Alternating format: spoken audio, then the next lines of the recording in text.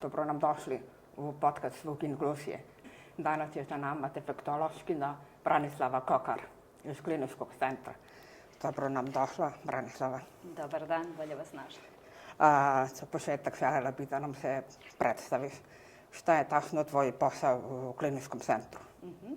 Ja sam Branislava Kokar, master defektolog. Završila sam osnovni i master studije u Beogradu na Fakultetu za specijalnu edukaciju i rehabilitaciju, smer smetnje i poremećaji sluha.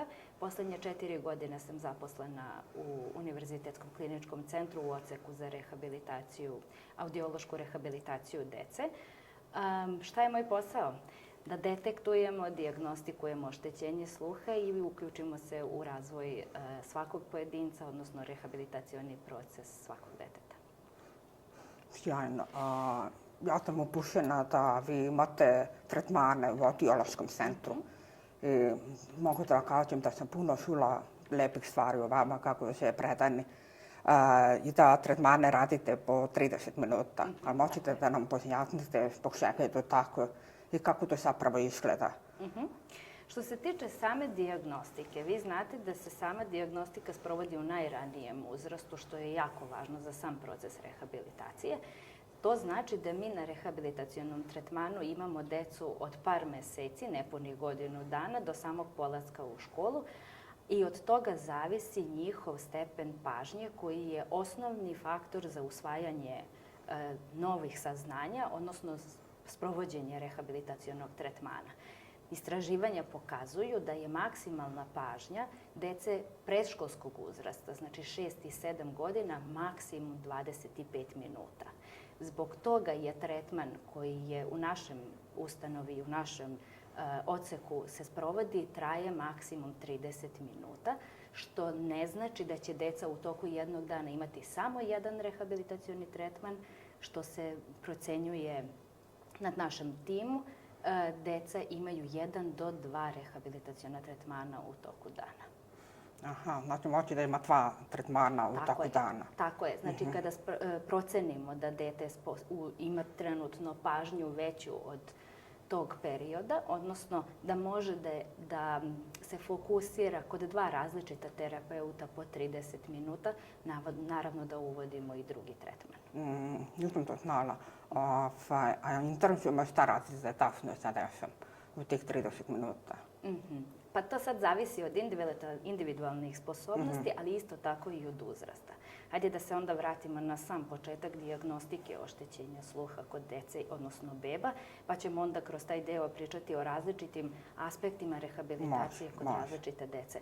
Znači, trenutni trend jeste odnosno detekcija samog oštećenja sluha na samom rođenju, skriningom sluha koji bi trebao da se sprovodi u svakom porodilištu nakon porođaja, odnosno rođenja deteta.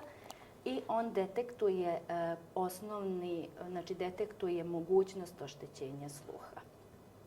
To bi značilo da kod nas se detektuje, odnosno dijagnostikuje oštećenje sluha najkasnije do 3. odnosno 6. meseca, kada bi dete trebalo da bude amplifikovano za početak slušnim aparatima, a kasnije, ukoliko je potrebno, i koklearnim implantom, i dete se istog momenta uključuje u rehabilitacioni tretman.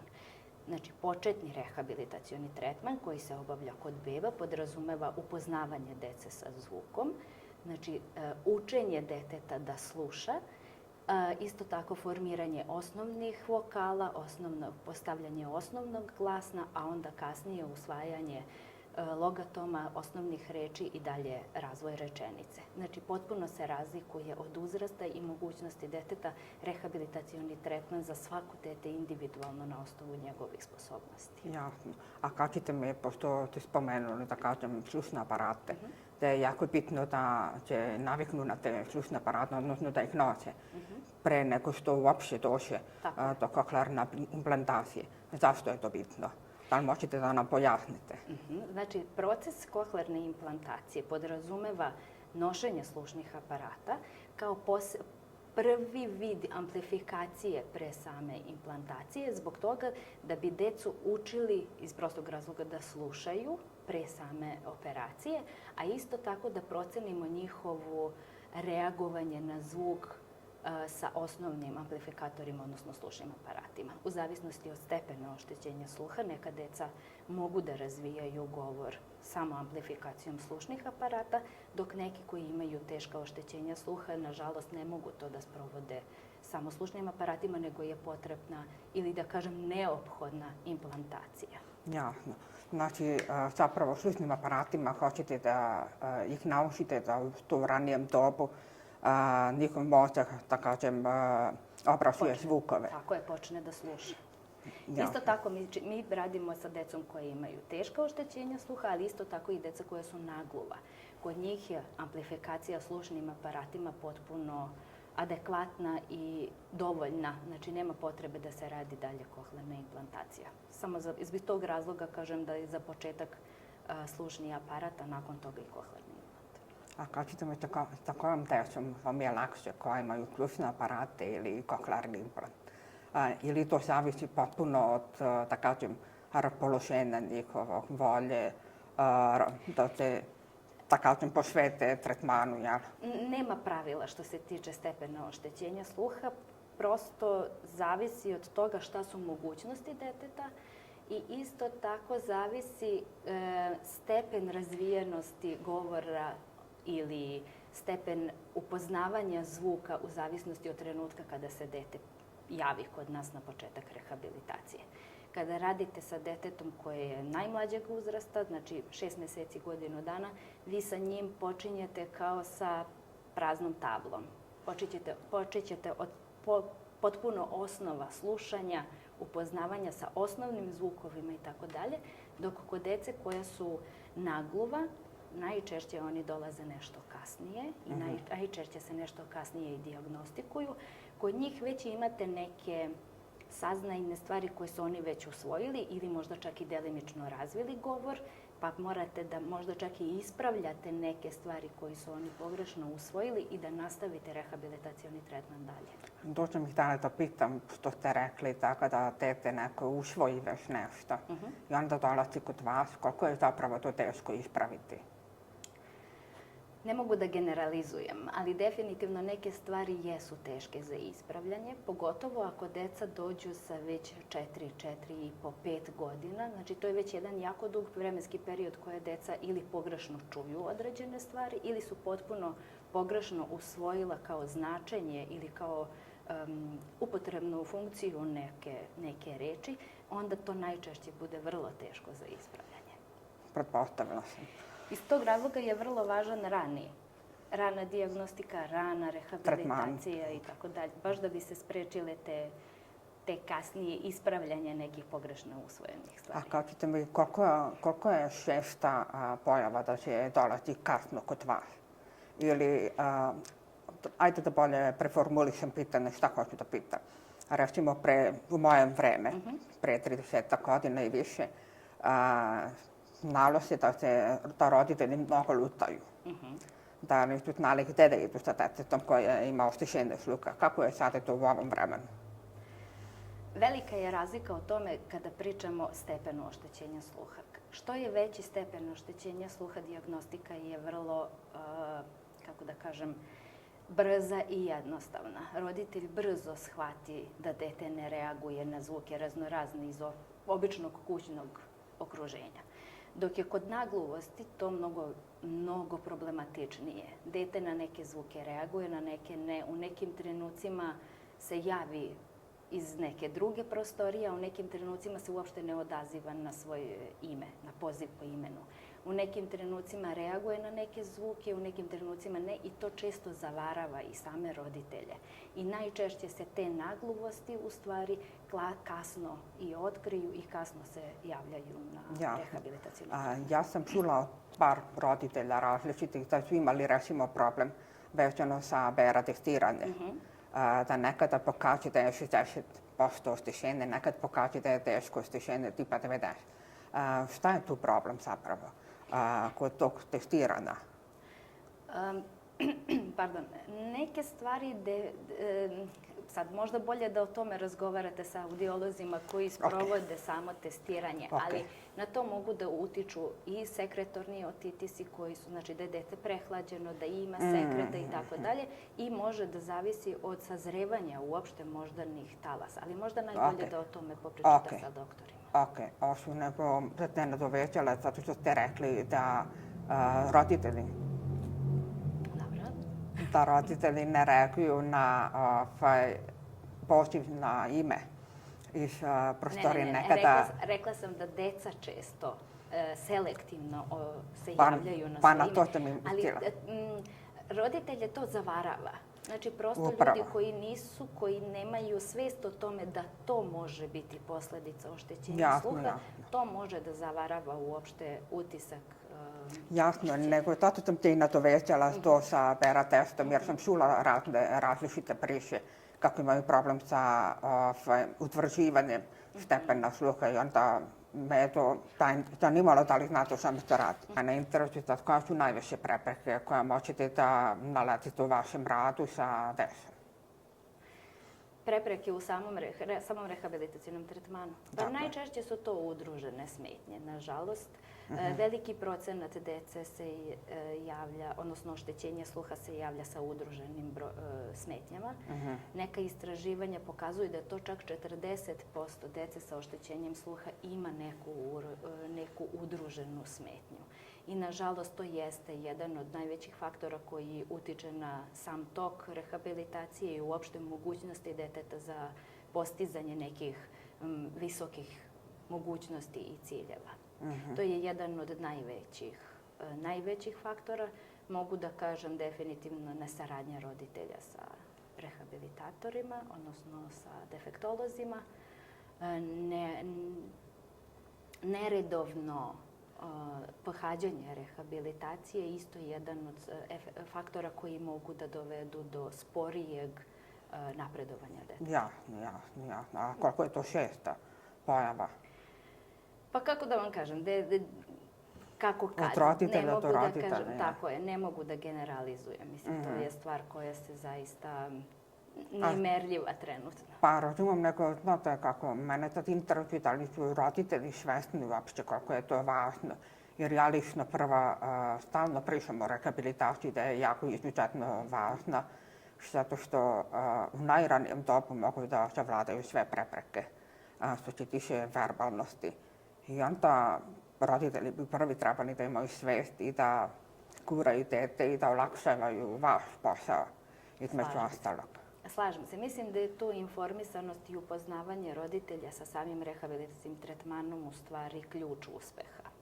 Oni su najvažniji činioci rehabilitacionog procesa. Neminovno je i ne možemo to da osporimo da roditelj kroz samo saznanje dijagnoze deteta, dijagnoze stavljam pod apostrofe jer je to samo stanje jedno koje je na svu sreću u ovom trenutku u kom živimo rešivo, ali roditelj prolazi kroz šok. I kroz taj šok dolazi do toga da neko odbija samu mogućnost da je situacija takva kakva jeste i različito reaguju na samu dijagnozu. Negde moramo da im damo vremena da sami sa sobom reše neke stvari, da prebrode neke stvari i mislim da je tu podrška kako defektologa, tako i ostalih roditelja vrlo važna za samo saznanje i prvi utisak o tome. A onda kasnije, naravno, i kroz rehabilitacioni tretman, kako i mi pružamo podršku roditeljima, verujem da je i njima mnogo lakše da se oni udružuju i jedni drugima budu potpora. Sigurno da im je lakše. Mene interesuje da se vratimo vezano za rehabilitaciju. Koja su najveće greške koji roditelji prave vezano za rehabilitaciju i tretman? Znači, najveće greške koje roditelji prave u rehabilitaciji jeste što im očekivanje i mogućnosti deteta nisu u skladu. Najčešće tada dolazi do frustracije roditelja ili nezadovoljstva napredovanjem u toku rehabilitacionog tretmana. Isto je jako važno da kažemo da postoje platoji u procesu usvajanja novih saznanja, a to su periodi u kojima se prethodno stečeno znanje utvrđuje, a ne usvajaju se nova znanja. Taj plato u saznanju može da traje nekoliko nedelja, čak i nekoliko meseci i tada roditelji postaju nestrpljivi. Najčešće se dešava da u tim trenucima povećavaju broj aktivnosti koje smatraju da će dovesti do bržeg usvajanja znanja i time stvaraju samo dodatni pritisak na dete, što može da ima kontraefekat, a to je da dete stvori otpor prema bilo kakvom radu i bilo kakvom tretmanu, što dodatno otežava sam proces. Jako je važno da svaki roditelj oseti svoje dete i da povremeno možda čak i napravi pauzu u rehabilitacionom tretmanu. Nekada te pauze od 5 dana, 10 dana mnogo više donesu nego što odnesu, jer se dete relaksira, zabavi se nekim drugim stvarima, izađe iz dnevne rutine koja im je, nažalost, da dolaze na tretman pa se vraćaju i nekada ta sama pauza može da donese mnogo više benefita u nastavku rehabilitacionog procesa nego forsiranje da se taj rehabilitacioni tretman nastavi do kraja. Sada to povećujem kao što roditelj kad vodi sina na fudbal i ima preveliko očekivanje od njega. Tako je. A on ili je totalno antitalenat ili nezainteresovan, nije važno. Da sam da pitam koliko su zapravo roditelji, da kažem, realni kada im saopštite takve stvari, da napravite pauzu jer se oni ljute ili hoćete se razviju. Ili opet to individualno od svakog? Individualno je. I ima roditelja koji su potpuno svesni, pa nekada i njima treba pauza. Nekada i roditeljima treba pauza da se izmeste iz tog prostora. A neki opet su, s druge strane, frustrirani i žele da, što je potpuno roditeljski, što je potpuno očekivano, svaki roditelj za svoje dete želi najbolje. I svako se trudi da to bude i najbrže i najbolje, ali prosto neke stvari ne možemo da ubrzamo. Tempo napretka ne zavisi samo od broja tretmana i dužine rehabilitacionog procesa, nego samo od mogućnosti deteta, odnosno pojedinca. Da se nadovećem na onu tribinu što smo bili organizovani. Bilo je baš reči o tome kako te klinički centar, odnosno audiološki centar, jedini koji imate defektologa, audiologa, odnosno doktorku Biljanu Krstića i psihologa, tako. Da, Natašu Janković, zato što trebate zajedno udruženo da radite i sa roditeljima i sa decom. Koliko je to uspešno u praksi, taj da me interesuje. Da li roditelji često dolaze po podršku, recimo, kod vas i kod... To je vrlo individualno. Kao što se mi svi različito nosimo sa određenim informacijama i određenim stresnim situacijama u životu, tako se i roditelji različito nose sa tim. Ima roditelja koji samostalno traže podršku, pomoć, koji samostalno traže objašnjenja, koji se sami edukuju dodatno, a postoji i roditelji koji prosto to ne rade, koji... Kako da vam kažem, svi smo mi različiti ljudi i svi se različito nosimo sa tim i različito reagujemo na različite stresogene. Na ono što jeste da smo mi uveli u naš program rada jeste i to da je Nataša porodični terapeut i svaki, odnosno porodični savjetnik ili terapeut. Dobro, ispravi sam. Ja te malo tatovo, izvini, ja te tatovo malo van, ali ja se nadovezujem na to što pričaš i hoću da obuhvatim taj ideja vezano sa porodicu, jer smatram da je stvarno važno da roditelji shvate. Naravno. Znači, Nataša kao psiholog, ona svakako radi i sa roditeljima, onoliko koliko su spremni da rade na tim stvarima. Naravno, u nekom trenutku je neko spremniji, u nekom trenutku ne. I tu imamo punu slobodu i roditelji da se obrate nama da u svakom trenutku traže nešto ukoliko im je potrebna bilo kakva podrška. Jasno. Pa to je tako i kod nas uvijek, da kažem, odraslih strelik. Neko se više bori, neko se manje bori da savlada, da kažem, prepreku koja nosi gluvoša. To su lične osobine. Na to ne možemo puno da utičemo. Možemo da osnažujemo, možemo da pružamo informacije i da na taj način pokušamo da utičemo maksimalno na njih. Ali s druge strane, svaka individua za sebe donosi odluku. To je tačno, ali smatram da, to si malo pre rekla, tačne informacije da im budu dostupne. Tako je. Odmah, čim saznaju, jer daju šok kada saznaju da dete njihovo nesuje. Ja sam imala recimo situaciju da me ti javio jedan čovek iz Bosne. On je baš tako bio dušan, zato što ne zna kako da pomogne detetu i na kraju kad smo razgovarali, ja i još par roditelja sa njim, on je shvatio da postoji rešenje stvarno. I rekao nam je baš onako da se potrudi da pruži tom detetu sve najbolje što može. To je za mene fascinantno jer smatram da je upravo taj pristup, dati mu prostor da se, ajde kažem, prođe taj šok, pa mu dati sve informacije sa empatijom i da se onda da uspe rehabilitaciju za deteta. Zato što, ne znam, meni je jako važno da deca dobiju sve što ranije.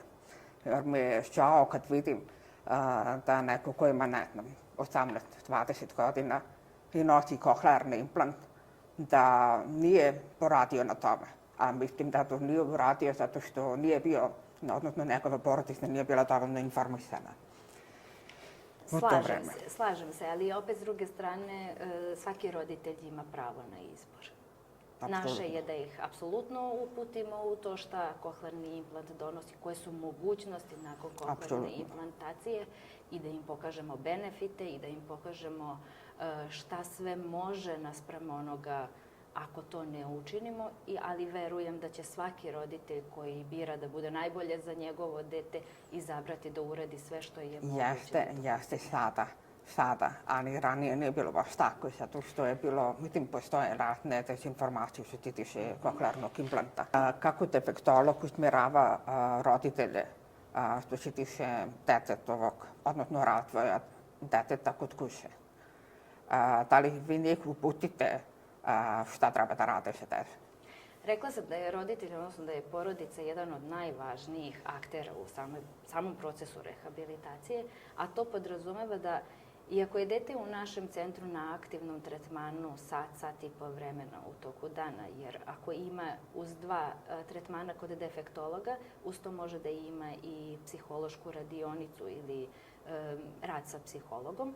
Znači, to je sat i po aktivnog rada. Ostalo svo vreme dok je dete budno je u porodičnom okruženju ili u vrtiću, u zavisnosti od uzrasta, a roditelj u stvari ima mnogo više vremena da sprovodi rehabilitacioni tretman nego što mi sami to radimo u našoj ustanovi. Ono što jeste važno, da mi svaki put nakon završenog tretmana dajemo informacije povratne roditeljima o tome šta smo radili, da bi oni kod kuće kroz različite načine sprovodili istu temu ili obrađivali isti pojam ili obrađivali istu temu koju smo i mi radili, jer deca u principu uče kroz igru. Da, apsolutno. I to je ono što je najvažnije.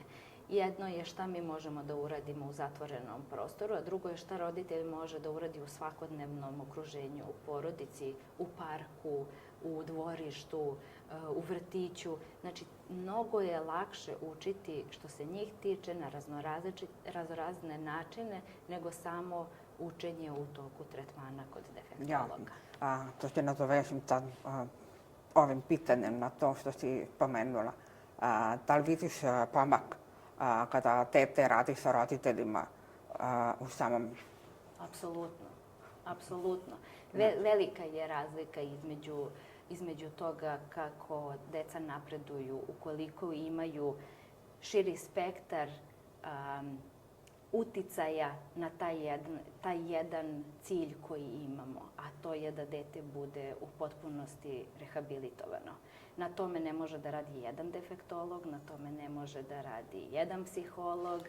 Znači, moramo da se uključimo potpuno svi, kako porodica, tretmani, defektolozi, psiholozi, pa sa druge strane i vaspitači u vrtiću. Koja je preporuka da dete ide u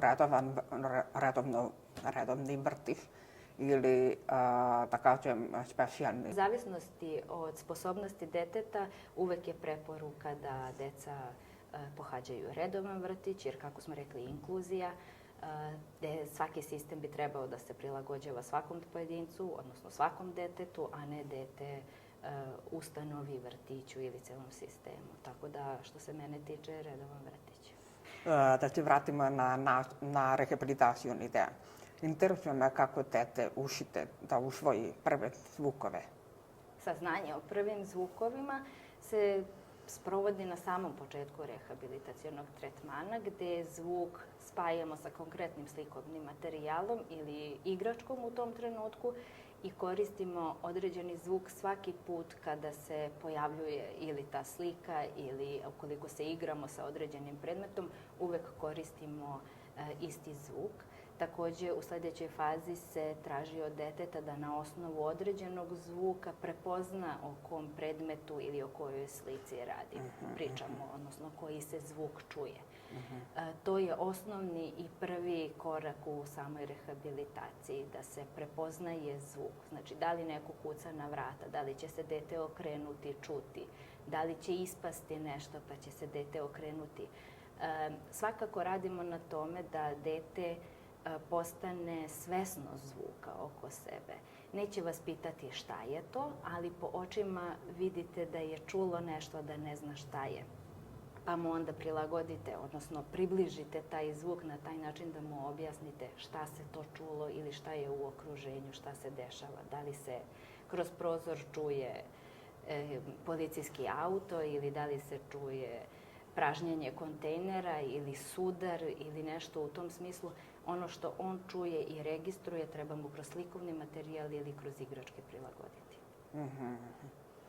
Ja imam ta pitanja, ne znam da li pitaš pa si me da vidimo. Vidiš, meni je problem recimo bio u mom ranom detinjstvu da objasnim šta sam čula.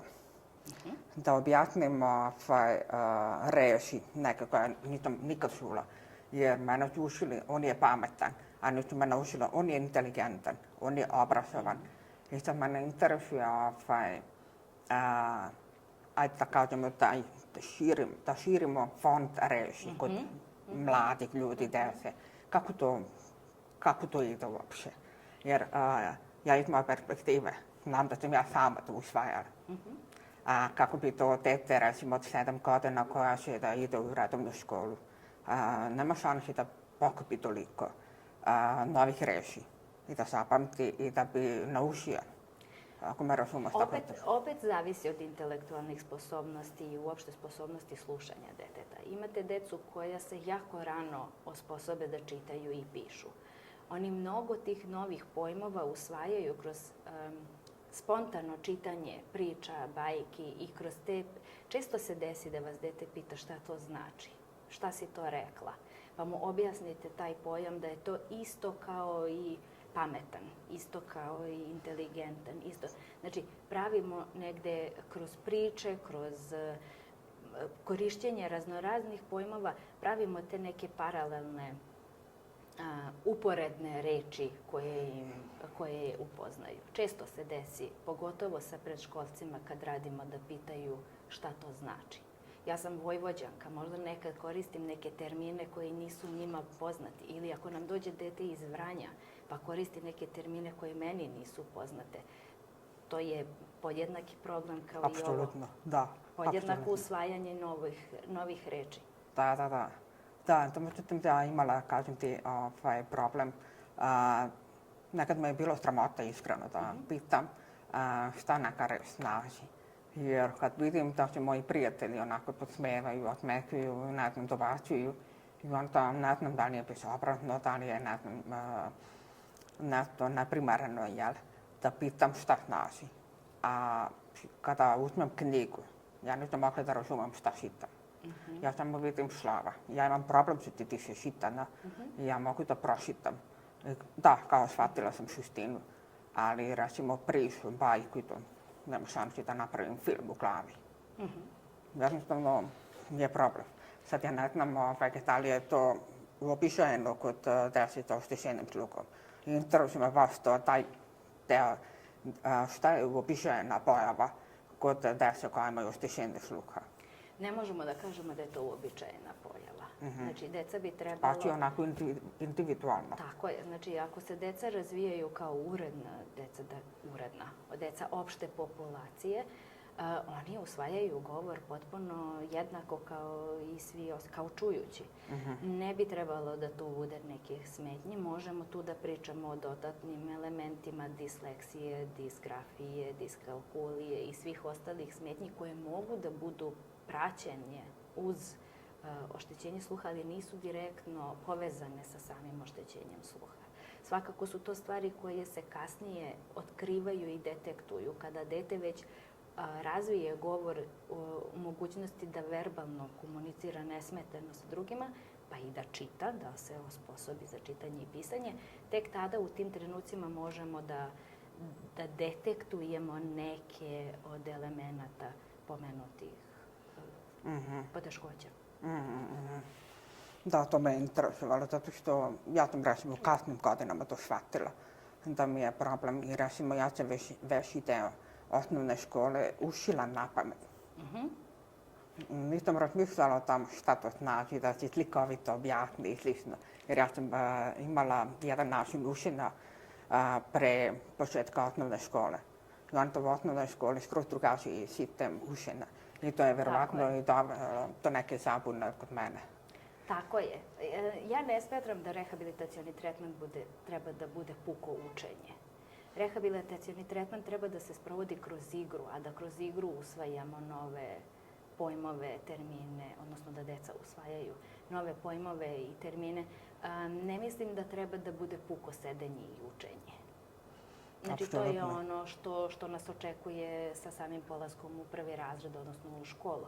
Ali mislim da ta spontanost između defektologa i deteta može značajno da smanji možda i stid i strah da se pita šta neka reč znači ili ne znači. Meni se dešava da ja neku decu moram da pitam šta znači kad donesu neku novu reč iz vrtića, koja potpuno je meni nepoznata ili je koriste u potpuno nekoj drugoj situaciji u kojoj ja ne razumem značenje te reči i ja njih pitam šta to znači. Imaju potpunu slobodu da pitaju i oni nas. Sjajno. Pa mislim da je najbitnija obostrana saradnja za uspeh. Jer kada je jednostrano, teško da će tu da bude uspeh. Imam jedno pitanje, počete za me 6. priša. Koliko je preporuka ili nije preporuka korišćenje mobilnih telefona kod gluve dece? U smislu vizualno korišćenje mobilnog telefona, ekrana uopšteno kao igrice? Da. Zato što smo ovo zadnjih... To je, vrlo aktuelna tema. Tako je. Što se tiče pa me interesuje uopšteno tvoje mišljenje, tvoj stav. To je tema koja se tiče uopšteno opšte populacije, pa onda između ostalog i dece sa kojima ja konkretno radim. Negde mora da se napravi balans. Za neko dete je dovoljno pola sata. Ali onda morate 2 sata da radite zapravo sa tim detetom. A ako će to dete zaista da gleda neki crtani, sedite sa njim pa razgovarajte o čemu se tu radi, koje boje je, šta. Birajte sadržaj koje će deca da gledaju. To je jako značajno. Mislim, mnogo je faktora. Možemo da iskoristimo elektronske medije ili uopšte elektronske uređaje i u cilju učenja novih stvari. Samo je pitanje na koji način će da se to koristi. Ja lično u rehabilitacionim tretmanima koristim raznorazne platforme koje mogu da mi olakšaju ili možda čak i da približe deci određeni pojam ili određenu stvar koju savladavamo na mobilnom telefonu ili na kompjuteru. Kada deci puštate različite zvuke i kada ih upoznajete, koristite kompjuter i zvučnike. Koristite različite aplikacije koje imaju proizvodnju različitih zvukova. Znači, stvar je pametnog korišćenja, a ne vremena korišćenja. Jasno. opet ja moram da se vratim na moje detinjstvo. U mom detinjstvu to je bilo ono tipa Tom i Jerry. Dobro, bili su neki crtači, a nikad nije bio Tita. I onda je to bilo problematično da ja shvatim o čemu se radi u crtanom. Zato me je interesovalo kako da uporedimo to naše vreme i sada ovo vreme. Koliko je dobra stvar, pošto sada ima i ticova i moći da će, ajde kažem, jasnije shvati o čemu se radi u tom crtanom filmu ili šta već prikazano. Ima i mnogo više sinhronizovanih filmova koji koriste srpski jezik kao vid komunikacije, ali opet lično gledam crtane filmove zato što moram da budem aktuelna što se tiče same rehabilitacije pa i dece. Nisu uvek adekvatni termini koji se koriste u crtanim filmovima. To je ono na što treba obratiti pažnju. Možda je čak za neku decu bolje da gledaju crtane filmove bez teksta, a da roditelj sa njim učestvuje u osmišljavanju ili u objašnjavanju određenih scena. Korišćenje možda prostije rečenice da bi dete to razumelo. Opet se vraćamo, opet je individualno, opet bi trebalo da se prilagodi svakom detetu pojedinačno. Slažem se, apsolutno, nego kao što kažem, neke tehnologije koje su, da kažem, sada savremene, odnosno moderne, trebaju usvojiti, ali opet u umerenoj meri, da kažem. Ali možete da podelite neku inspirativnu priču deteta koja je uspešno rehabilitovana? Ja opet sad stavljam pitanje šta je inspirativna priča. Znači, deca koja su uspešna u nekom od svojih aspekata života, da li sviraju klavir, da li su dobili nagradu iz književnosti, da li su završili doktorske studije, da li su završili medicinu, da li je to inspirativna priča. Za mene lično, kao defektologa, inspirativna priča je svako dete koje je apsolutno rehabilitovano i osposobljeno da u svom životu ostvari cilj koji god on želi. Apsolutno. Zato što različiti su nam afiniteti i različite su nam želje. Za nekog je to da bude doktor nauka, a za nekog je da lepo crta. Apsolutno. Ili da piše poeziju. Iz tog razloga neću da izdvajam nikoga. Mislim da je inspirativna priča da svako dete koje se adekvatno rehabilituje, koje ima adekvatne intelektualne sposobnosti, koje može da se osposobi da bude ravnopravan član ovog društva, je apsolutno inspirativna priča za svako dete. Ok, sad ja da se nadovežem, pošto očigledno nisam lepo postavila pitanje. Htjela sam da, odnosno pitanje se odnosilo na to sa moje strane. Njihov upis u osnovnu školu, njihovo, ajde kažemo, samopouzdanje, uklapanje u novi razred. Ja sam na tu vrstu uspeha mislila, jer kao što ste sami rekli, uspeh kao uspeh je vrlo individualan, različito gledamo šta je uspeh.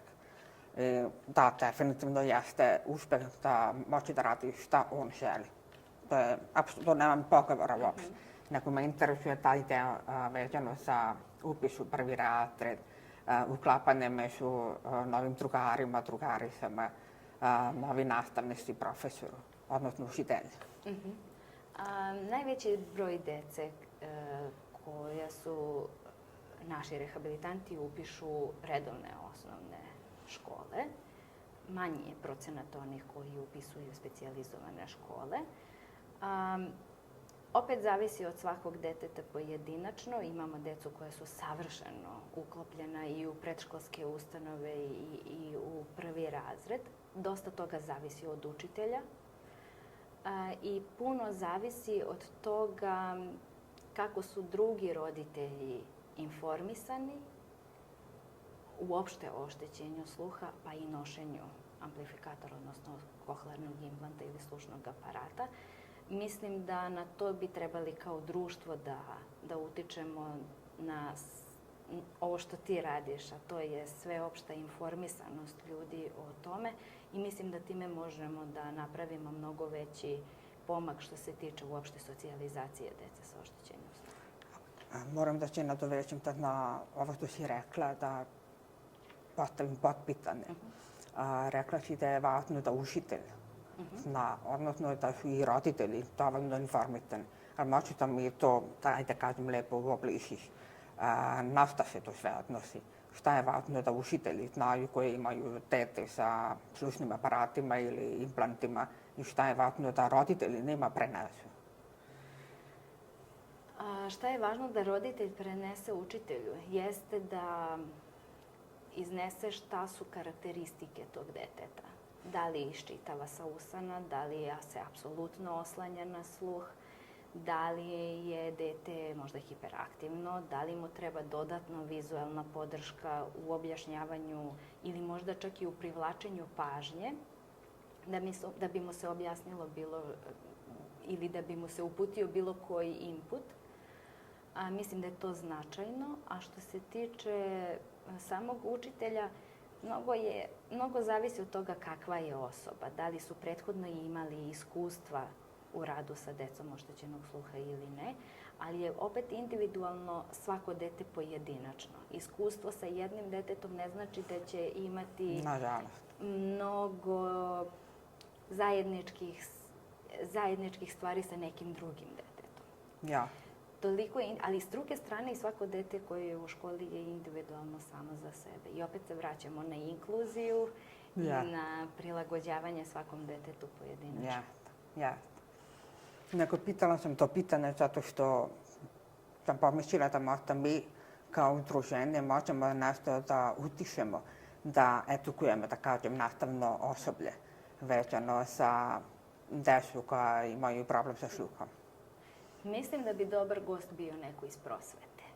Kako iz specijalizovane škole, tako možda i neko od učitelja koji u svom odeljenju imao dete redovne škole. Tako je, koje može da podeli neko svoje iskustvo iz obrazovne ustanove. Ok. Imam pitanje, kako se može pomoći detetu da se oslobodi stresa prilikom rehabilitacije? Što se tiče rehabilitacionog tretmana, svaki tretman bi morao da bude osnovan na igri. A ako se sa decom igrate, nivo stresa bi morao da bude minimalan, odnosno da ne postoji.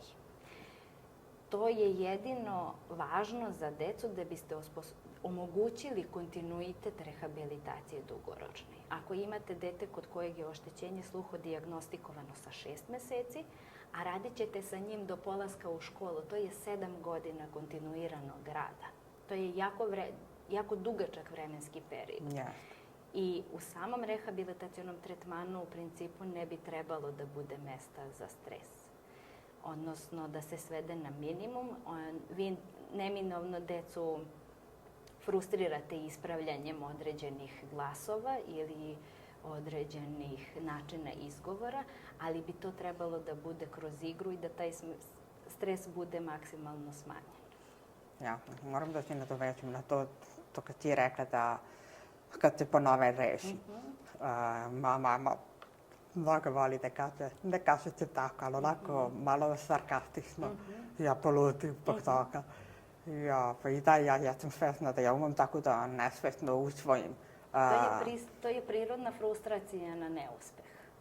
Prirodna reakcija na neuspeh.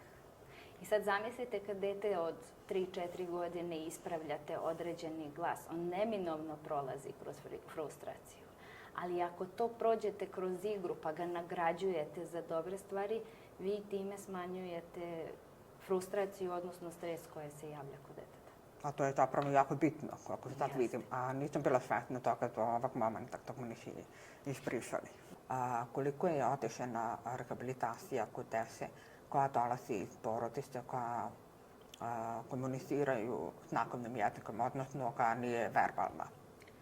To može značajno da utiče na razvoj, odnosno na tok rehabilitacionog tretmana iz prostog razloga što se onda slušanje svodi na vrlo mali vremenski period. Nemaju taj auditivni podstrek u porodici.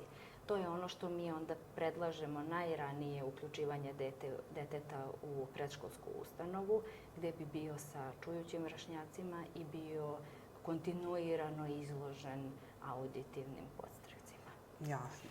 Zato što sam upoznala nekoliko, da kažem,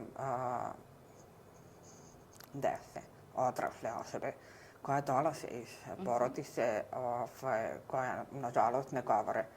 I, recimo, imam jednu porodicu gde su dve sestre.